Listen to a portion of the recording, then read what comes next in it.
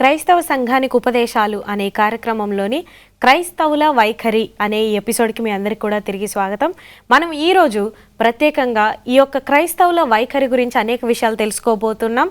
వాటి గురించి మనకు తెలియజేయడానికి గాను పాస్టర్ గారు వాళ్ళు మన దగ్గర ఉన్నారు. వాళ్ళని ఆహ్వానిస్తూ మనం తదుపరి కార్యక్రమంలోనికి వెళ్దాం రండి. పాస్టర్ మన్రాజా గారు ఆహ్వానం అండి మీకు. పాస్టర్ సైమన్ పాల్ గారు మీకు కూడా ఆహ్వానం అండి. మాకు గడిచిన ఎపిసోడ్స్లో చాలా చక్కగా అనేక విషయాలు మీరు మాకు తెలియజేశారు. మందిరం గురించి, సంఘం గురించి, ఇంకా ఎన్నో విషయాలు మీరు మాకు చక్కగా తెలియజేశారండి. ఈరోజు ప్రత్యేకంగా క్రైస్తవుల వైఖరి గురించి మనం చర్చించబోతున్నాం.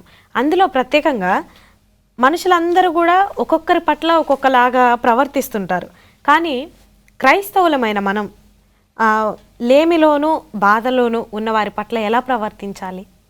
మనకి వాక్యం స్పష్టంగా ఒకటే తెలియజేస్తూ ఉందండి. యేసుక్రీస్తు ప్రభుల వారు మనకి యోహాను సువార్త 13:34 మీరు లవ్ వన్ అనదర్ అని చెప్పేసి దేవుడు చెప్తా ఉన్నాడు. నేను మిమ్మల్ని ఏ రీతిగా అయితే ప్రేమించున్నానో మీరు కూడా అందరినీ అదే రీతిగా ప్రేమించమని చెప్పేసి చెప్తా ఉన్నాడు దేవుడు.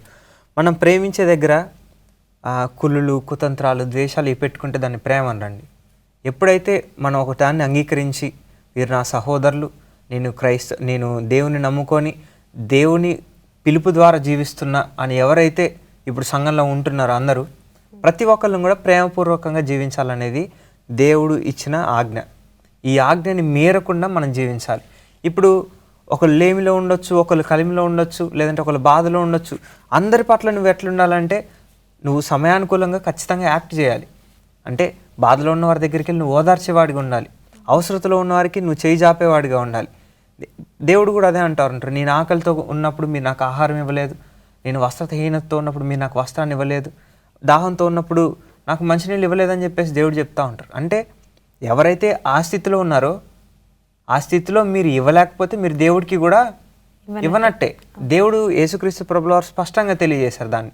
కాబట్టి ఎవరైతే అవసరతలో ఉన్నారో ఆ అవసరతని తీర్చేవాడిగా నువ్వు ఖచ్చితంగా దేవుని ప్రతినిధిగా నువ్వు ఉండాలి. ఇక్కడ దేవుడు కూడా అదే ఆశపడతా ఉన్నారు. ఆయన భూమి మీద ఉన్నంతకాలం కూడా సర్వ్ చేస్తూ ఒకరికి సేవ చేస్తూ జీవించారు. ఈరోజు నువ్వు ఏం చేయాలంటే ఆయన పోలి నడుచుకోవాలి. ఎక్కడైనా గొడవలు, కుట్రలు జరుగుతూ ఉంటే దేవుడు వాటిని తీర్చడానికి చూశారు. ఇప్పుడు వేషను చూడండి, ఆమె పట్ల అందరు రాయిలు వేయడానికి వస్తే దేవుడు అక్కడ గొడవని అక్కడితో ఆపి ఆమెను క్షమించడానికి ఆయన ప్రయత్నించారు. అలానే జక్కయ్య దగ్గర అందరూ కూడా జక్కయ్య ఒక ట్యాక్స్ కలెక్టర్ అని చెప్పేసి అతన్ని ద్వేషిస్తుంటే యేసుక్రీస్తు ప్రభుల వారు అతన్ని మార్చడానికి అక్కడికి వచ్చారు. అంటే ఎవరైనా తప్పు చేస్తున్నట్లయితే వాళ్ళని జడ్జి చేసే అధికారం మనకి లేదు. కాకపోతే ఏది సరైనదని చెప్పే జ్ఞానం అయితే దేవుడు మనకి ఇచ్చారని అది చెప్పి మన జ్ఞానపూర్వకంగా, జ్ఞానయుతంగా ప్రతి చోట కూడా నడుచుకోవాలి.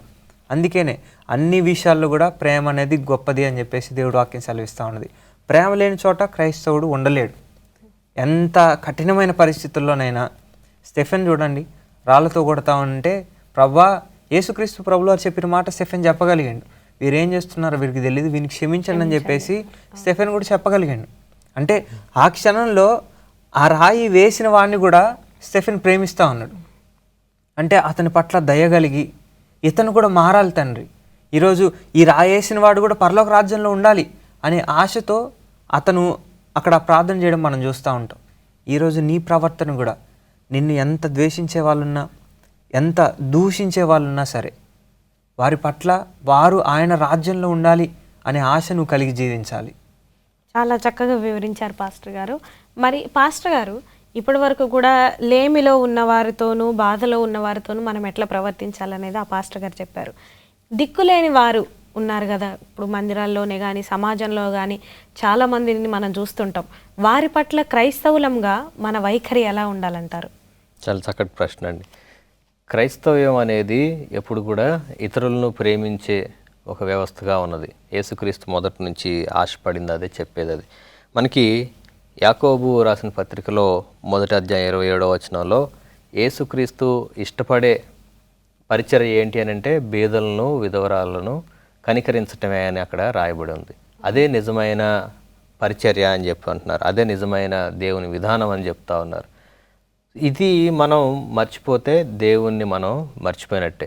మనం ఎంత గొప్ప క్రైస్తవులమైనా మన మందిరంలో కావచ్చు, మన ఉంటున్న ఊర్లో కావచ్చు, మన చుట్టుపక్కల కావచ్చు ఉన్న విధవరాళ్లను, తర్వాత బీదవారిని మనం కనికరించలేని స్థితిలో మనం ఉంటే మనకున్నదంతా కూడా వ్యర్థమే. అదేవిధంగా యెషయా గ్రంథంలో 1వ అధ్యాయము 17వ వచనంలో మనం గమనించినప్పుడు బీదల పట్లను, విధవరాల పట్లను, అదేవిధంగా అణగారిపోయిన వారి పట్లను, అనాథల పట్లను మనం వారి పక్షాన మాట్లాడాలని చెప్తా ఉన్నారు. ఎందుకంటే దేవుడు వారి పక్షాన ఉండే వ్యక్తిగా ఉన్నారు. అట్లాంటప్పుడు అటువంటి వారి పక్షాన మనం లేకపోతే దేవునికి వ్యతిరేకులం అయిపోతున్నాం మనం.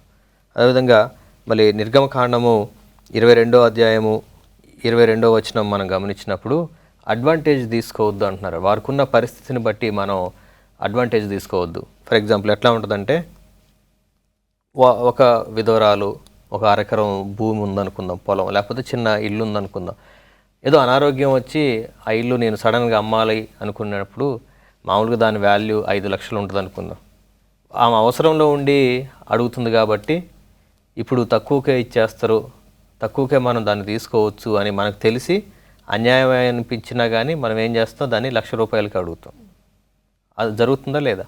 మనకి వాళ్ళకి అవసరం ఉండి వాళ్ళు అడుగుతున్నారు కాబట్టి దాన్ని ₹1,00,000 తీసుకుందామని చూస్తున్నాం.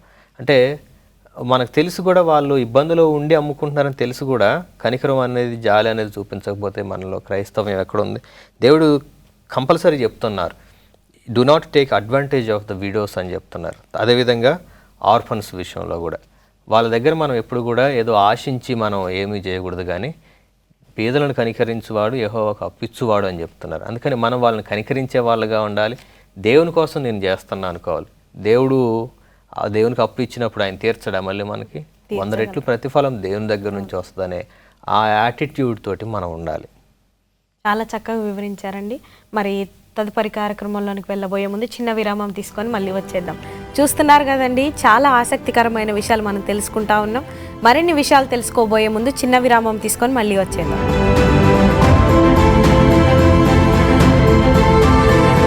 క్రైస్తవుల వైఖరి అనే ఒక ఎపిసోడ్కి మీ అందరికి కూడా స్వాగతం అండి. మరిన్ని ఆసక్తికరమైన విషయాలు తెలుసుకుందాం రండి. పాస్టర్ గారు, ఇప్పుడు మరి అపరాధులు ఉంటారు కదా, అపరాధుల పట్ల క్రైస్తవులంగా మన వైఖరి ఎలా ఉండాలి? చాలా మంచి ప్రశ్న అండి.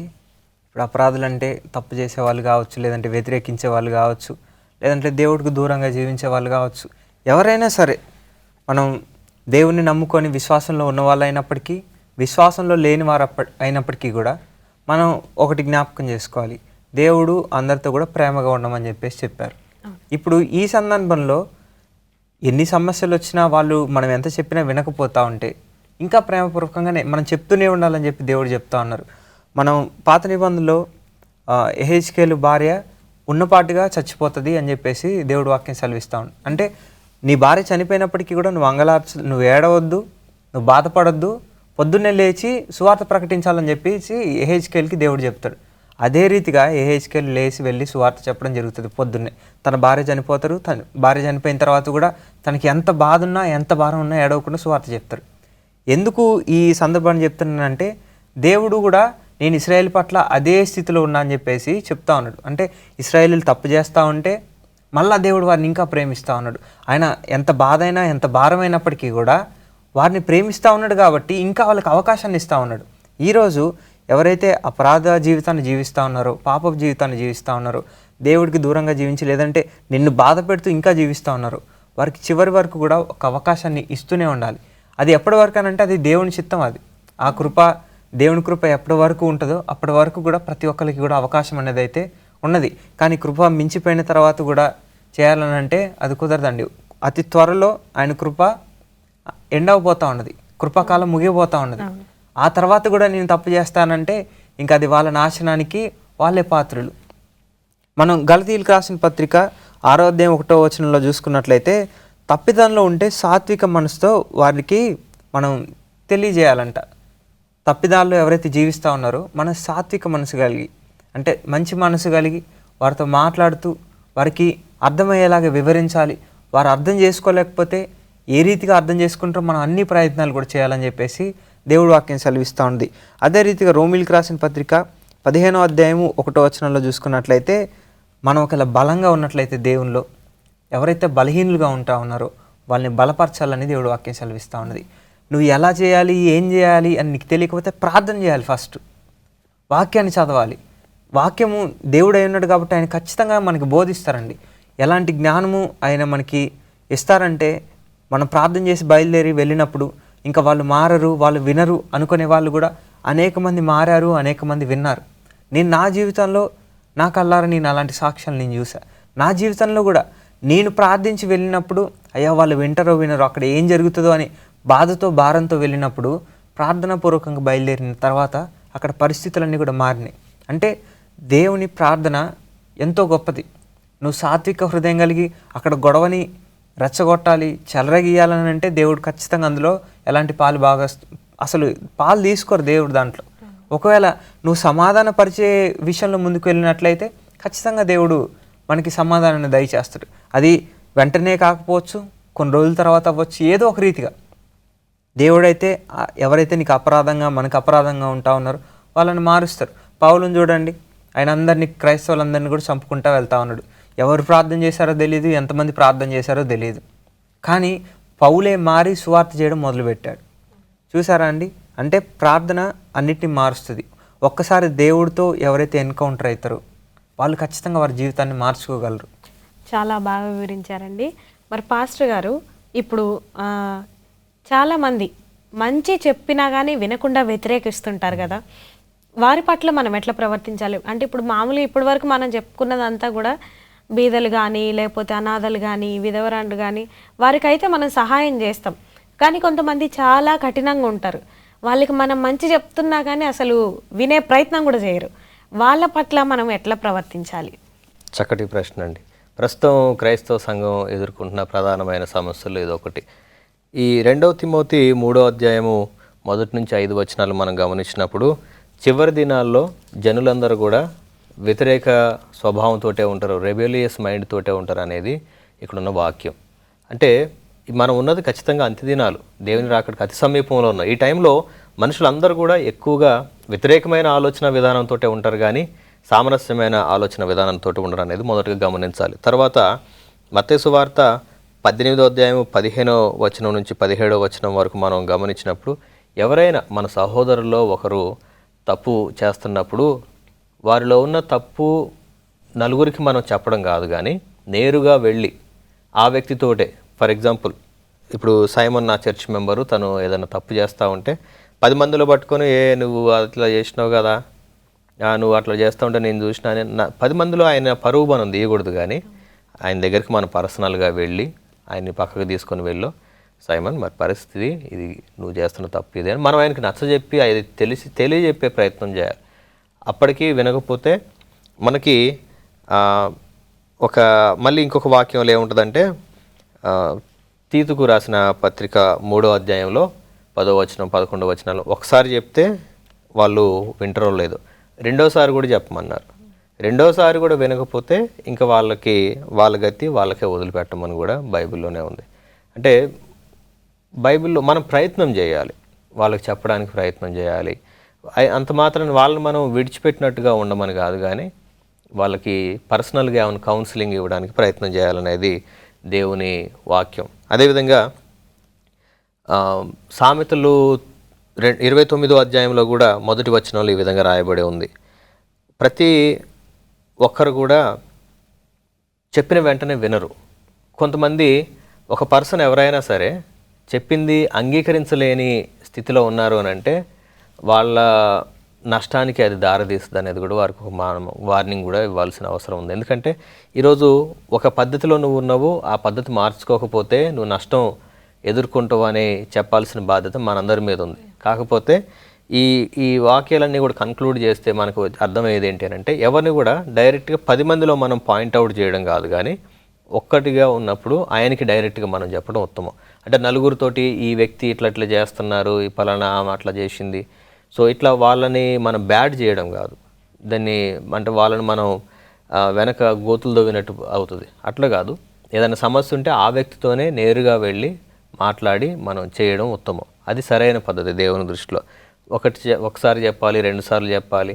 అయితే కొన్ని చోట్ల ఏముందంటే వాళ్ళు ఎన్నిసార్లు అయినా మనం క్షమించాలనేది కూడా దేవుడే చెప్తా ఉన్నాడు. నేను నా సహోదరుని నేను 8 సార్లు క్షమించాలి, 7 సార్లు అయితే సరిపోద్దా అంటే లేదు, దేవుడు ఏమైనా 70 సార్లు అయినా నువ్వు క్షమించాల్సిందని చెప్తున్నారు. అవి మనం మర్చిపోకూడదు. చాలా చక్కగా వివరించారండి.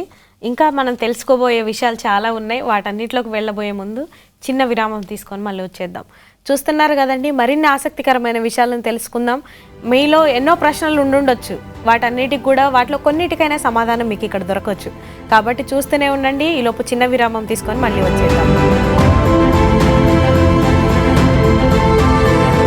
క్రైస్తవుల వైఖరి అనే ఎపిసోడ్కి మీ అందరికి కూడా తిరిగి స్వాగతం. మరిన్ని ఆసక్తికరమైన విషయాలను తెలుసుకుందాం రండి. పాస్టర్ గారు, మరి ఇప్పుడు చాలామంది మనం చెప్పిన మాట వినరు, చాలా వ్యతిరేకిస్తుంటారు, మొండిగా ఉంటారు. దేవుడి గురించి చెప్పినా కానీ వాళ్ళు అసలు పట్టించుకోరు. అలాంటి వాళ్ళ పట్ల మనం ఎట్లా ఉండాలి? అంటే వాళ్ళకి మనం తీర్పు తీర్చొచ్చా? మనం ఇక్కడ ఒక విషయాన్ని గమనించాలండి. తీర్పు తీర్చేదైతే దేవుడే ఖచ్చితంగా. ఎవరి ఏంటిది, ఎవరి వ్యక్తిగత జీవితం ఏంటిదని సమస్తం కూడా తెలిసింది కేవలం దేవాది దేవుడే. ఆయననే మనకి తీర్పు తీర్చడానికి అర్హుడు. అయితే దేవుడు కూడా కొంతమందికి కొన్ని విషయాలు మనం వాక్యంలో చూసుకున్నట్లయితే, మీరు దేవదూతలకి తీర్పు తీర్చారని చెప్పేసి మీకు తెలీదా అని చెప్పేసి దేవుడే చెప్తా ఉన్నారు. అంటే ఇది ఎప్పుడు జరుగుతుంది అంటే ఆయన రాకడ వచ్చిన తర్వాత జరుగుతుంది. ఆయన రాకడ వచ్చినప్పుడు నీతిమంతులు ఎవరో, తర్వాత ఎవరైతే పాపులుగా ఉంటున్నారో వీళ్ళు వేరు చేయబడతారు. కాబట్టి అప్పుడు ఉండే అధికారం వేరు. మరి ఇప్పుడు ఏం చేయాలి? ఇప్పుడు నేను తీర్పు తీర్చకూడదా అంటే, ఇప్పుడు వారు చేసేదాన్ని బట్టి నువ్వు దొంగవి, నువ్వు తప్పు చేస్తున్నావు అని చెప్పకూడదా అంటే, మన వారికి అర్థమయ్యే రీతిలో చెప్పడానికి ప్రయత్నం చేయాలి. మనం చేసే ప్రయత్నం దేవుడు ఖచ్చితంగా సాయం చేస్తాడు. ప్రార్థనాపూర్వకమైన ప్రతి ప్రయత్నానికి కూడా ఖచ్చితంగా కార్యసాధన అనేది జరుగుతుంది. అంటే దేవుడి ద్వారా ఏదో ఒక విధమైన ప్రభావం అనేది అక్కడ కనపరచబడుతుంది. ఇప్పుడు పాత నిబంధనలో కూడా అనేక మంది అనేక విషయాల్లో ఇశ్రాయేలుని కానీ తర్వాత దేవుడి ప్రజల్ని కానీ తీర్పు తీర్చడానికి చూశారు. కానీ దేవుడు వారికి సహాయం చేయలేదా? ఈ షడ్రకు మేషకు అబద్నిగోల్లో మీరు తప్పు చేస్తున్నారని చెప్పేసి వాళ్ళ మానవికమైన తీర్పుని తీసుకొని వచ్చి వాళ్ళని అగ్నిగుండంలో పడవేయడానికి చూశారు. కానీ అప్పుడు దేవుడు వారితో కూడా నిలబడి వారిని కాపాడారు. ఇక్కడ కొత్త నిబంధనలోకి వచ్చేసరికి యేసుక్రీస్తు ప్రభుల వారే మీరు తీర్పు తీర్చేటప్పుడు ఒకసారి ఆలోచించుకోండి. మీరు ఎవరినైతే తీర్పు తీర్చిపోతా ఉన్నారో ముందు మీ కళ్ళల్లో ఉన్న ఆ దూలాన్ని తీసుకొని అని చెప్పేసి దేవుడు వాక్యం సెలవిస్తూ ఉంటుంది. అంటే మనం ఒకరిని ఏదన్నా అనేటప్పుడు, ఏదన్నా వారి గురించి ప్రస్తావించేటప్పుడు నాలో ఏమన్నా తప్పులు ఉంటే ముందు నేను సరి చేసుకోవాలి. వాళ్ళు నన్ను ఏలెత్తి పెట్టి చూడకుండా నన్ను నేను సరి చేసుకొని వాళ్ళని డైరెక్ట్గా నువ్వు తప్పు, నువ్వు దొంగ, లేదంటే నువ్వు అబద్ధికుడు అని చెప్పకుండా ఏ రీతి మార్గంలో వారు తప్పిపోయారో వాక్యం ద్వారా మనం వారికి తెలియజేయాలి. ఎందుకనంటే ప్రతి ఒక్కరికి ఉన్న ఒక మీడియం ఏదన్నా ఉందనంటే అది వాక్యమే, బైబిలే. ఈ బైబిల్లో ఏదైతే చేయాలి అని ఉందో మనం అది చేయాలి, ఏదైతే చేయకూడదు అని ఉందో దాన్ని ఎట్టి పరిస్థితుల్లో కూడా మనం చేయకూడదు. అనేక విషయాల్లో ఖచ్చితంగా మనకి వాక్యము స్పష్టంగా జవాబుదారీ చేస్తూ ఉంది, తెలియజేస్తూ ఉంది. ఒక వ్యక్తి ఎవరైతే తప్పు చేస్తున్నారు, వ్యక్తి ఎవరైతే పాపంలో ఉన్నారు అనేది మన వాక్యాన్ని బట్టి మనకి తెలిసిపోయింది. దేవుడు ఆజ్ఞని వారు పాటిస్తూ ఉన్నారా, పాటించట్లేదా? ఆజ్ఞ అతిక్రమమే పాపం. మరి వారు పాపంలో ఉన్నవారు మనకి ఎట్లా తెలుస్తుంది అని అంటే, వాక్యంలో చూసినప్పుడు ఇదిగో ఈ ఆజ్ఞ వారు పాటించట్లేదు, దేవుడు ఈ మాట చెప్పారు, వారు దానికి వ్యతిరేకంగా ఉంటా ఉన్నారు. సంఘంలో ఈ విధంగా ఉండమని చెప్పింది, వారు సంఘంలో ఈ విధంగా ఉండట్లేదు. లేదంటే అపోస్తులు ఈ విధమైన ప్రవర్తన కలిగి జీవించాలని చెప్పేసి ఆదిమ సంఘానికి చెప్పారు, వీళ్ళు ఆ విధమైన ప్రవర్తన కలిగి జీవించట్లేదు, కాబట్టి అది తప్పు అని చెప్పే ప్రయత్నం మనం చేయాలి. కానీ జడ్జిమెంట్ ఇచ్చేసి కన్క్లూజన్ ఇచ్చేయకూడదు వాళ్ళ మీద. ఎందుకంటే అందరం కలిసి జీవించాలి, అందరం ఒక సమాజంగా ఉండాలి. మనలా ఎవరైతే విశ్వాసంలో ఉన్నారో వారందరూ అనేక మందిని దేవునిలో విశ్వాసానికి నడిపించాలి. ఇది మనకున్న బాధ్యత. ఈ బాధ్యతలో మనం గొడవలు కానీ లేదంటే తీర్పులు కానీ తీరుస్తున్నట్లయితే మన మధ్యలోనే విచ్ఛిన్నత అనేది జరుగుతుంది. ఇది జరిగినప్పుడు సంఘం ఎప్పుడు కూడా కలిసి ఉండలేదు. ఏదేమైనా సరే మనం ఒకరినొకరు హెచ్చరించుకోవాలి కానీ తీర్పు తీర్చకూడదని చెప్తున్నారు. చాలా చక్కగా వివరించారండి. అయితే పాస్టర్ గారు, ఇప్పుడు క్రీస్తు పద్ధతిలో క్రమశిక్షణ నేర్పించడం ఎలాగా? మంచి ప్రశ్న అండి. ఒకసారి కీర్తనలు 25వ అధ్యాయం 8-9 వచనాలు ఒకసారి చూద్దామండి. కీర్తనలు 25వ అధ్యాయము 8-9 వచనాలు. యెహోవా ఉత్తముడును యథార్థవంతుడునై ఉన్నాడు, కావున తన మార్గమును గూర్చి ఆయన పాపులకు ఉపదేశించును. న్యాయ విధులను బట్టి ఆయన దీనులను నడిపించును, తన మార్గమును దీనులకు నేర్పును. ఎవరైతే పాపులుగా ఉన్నారో వాళ్ళకి మార్గం నేర్పాల్సిన బాధ్యత ఎవరు తీసుకుంటున్నారు? దేవుడే తీసుకుంటున్నారు. అదేవిధంగా దీనులుగా ఉన్న వారికి ఆయన మార్గాలను కూడా బోధిస్తా అని చెప్తున్నారు. అంటే నన్ను నేను తగ్గించుకున్నప్పుడు దేవుడు నాకు సరైన పద్ధతి నేర్పిస్తారు. నేను మూర్ఖంగా నేను ఇట్లనే ఉంటా అని ఉండటం అనేది ముందుగా మంచి పద్ధతి కాదు. ఇప్పుడు నేను ఏదైనా చెడు మూర్ఖపు స్థితిలో ఉంటే నన్ను ఎంతమంది బాగు చేయాలని ప్రయత్నం చేసినా కానీ చేయలేరు. ఎందుకంటే మనకి సామెతలు 8వ అధ్యాయం 9వ అధ్యాయాలలో కూడా 2 అధ్యాయాల్లో కూడా మనకు కనిపిస్తుంది. మనం ఎప్పుడైనా కానీ ఒక మూర్ఖుడికి మనం బోధ చేయాలనుకుంటే వాడు మనల్ని ద్వేషిస్తాడు అనే విధానం. తర్వాత బుద్ధి లేని వారికి బుద్ధి చెప్తే వాడికి అది వ్యతిరేకంగా కనిపిస్తుంది. సో అంటే వాళ్ళకి మనం వ్యతిరేకంగా శత్రువులుగా మారిపోకూడదు ముందుగా. తర్వాత రెండవ విషయం, అట్లనే వారిని మనం విడిచిపెట్టకూడదు. కాబట్టి వాళ్ళ గురించి మనం ప్రార్థన చేస్తూ ముందు వాళ్ళ మీద మనకున్న బాధ్యత చొప్పున మనం ప్రార్థన చేస్తూ పలానా వ్యక్తి నీ మార్గం నుంచి తప్పిపోయే పరిస్థితిలో ఉన్నాడు కాబట్టి తన మీద దయ చూపు తండ్రి అని మాత్రం మనం ఖచ్చితంగా అడగాలి. దానితో పాటుగా మత్తయి సువార్త 18వ అధ్యాయం 15, 16 వచనాలు చెప్పిన విధంగా ఒకవేళ నీ సహోదరుడు తప్పు చేస్తున్నట్లయితే నలుగురిలో ఆయన పరువు తీసే విధంగా కాకుండా ఖచ్చితంగా ఆయన్ని ఒంటరిగా ఆయన పిలుపుకోనో లేకపోతే మనం ఆయన దగ్గరికి వెళ్ళి కలిసి మరి బ్రదర్ ఇది నీ పరిస్థితిలో ఉంది, ఇది మంచి పద్ధతి కాదు అని మనం ఆయనకి నచ్చ చెప్పడానికి ప్రయత్నం చేసినప్పుడు ఎలాంటి వ్యక్తి అయినా చాలా వరకు వినడానికి ప్రయత్నం చేస్తారు. ఈ విధంగా ఒక నశించిపోతున్న మనలో ఒక సహోదరుని మనం తిరిగి తెచ్చుకోవాల్సిన బాధ్యత ఖచ్చితంగా మన మీద ఉన్నది.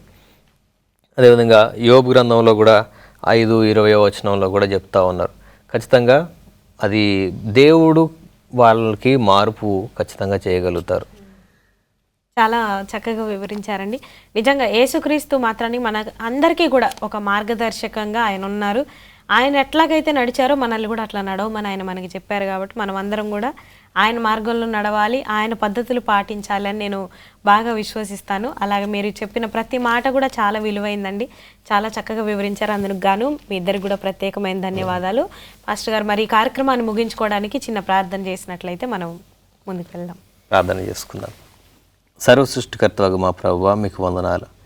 నేను ఈ సమయంలో మరొకసారి సంఘాల్లోనూ మందిరాల్లోనూ కుటుంబాల్లోనూ వ్యతిరేకపు ఆత్మతో పనిచేస్తున్న వారందరి గురించి ప్రార్థన చేస్తున్నా. నాయన, మేమెవరం కూడా ఎవరిని దూషించకుండా ద్వేషించకుండా మేమందరము సహోదర ఐక్యత కలిగి కలిసిమెలిసి ఉండగలటానికి సహాయం చేయండి. నాయన, నీ ఆత్మ ద్వారానే ఇది సాధ్యము. నా ప్రభువా, మరి విభేదాలు కలిగిస్తున్న దురాత్మలను మా మధ్యలో నుంచి వెళ్ళగొట్టండి ప్రభువా, మీకు వందనాలు. అదేవిధంగా మా మధ్యలో ఉంటున్న దీనులను అయా మరి మేము కనికరించే మనసును కూడా మాకు అనుగ్రహించమని యేసుక్రీస్తు నామములో ప్రార్థన చేస్తున్నాను పరమ తండ్రి, ఆమేన్. చూస్తున్నారు కదండి, ఎన్నో అద్భుతమైన విషయాలను మనం తెలుసుకుంటా ఉన్నాం. ఇంకా తరువాతి ఎపిసోడ్లో మరిన్ని విషయాలను తెలుసుకుందాం. అంతవరకు చూస్తూనే ఉండండి మా ఈ కార్యక్రమాన్ని.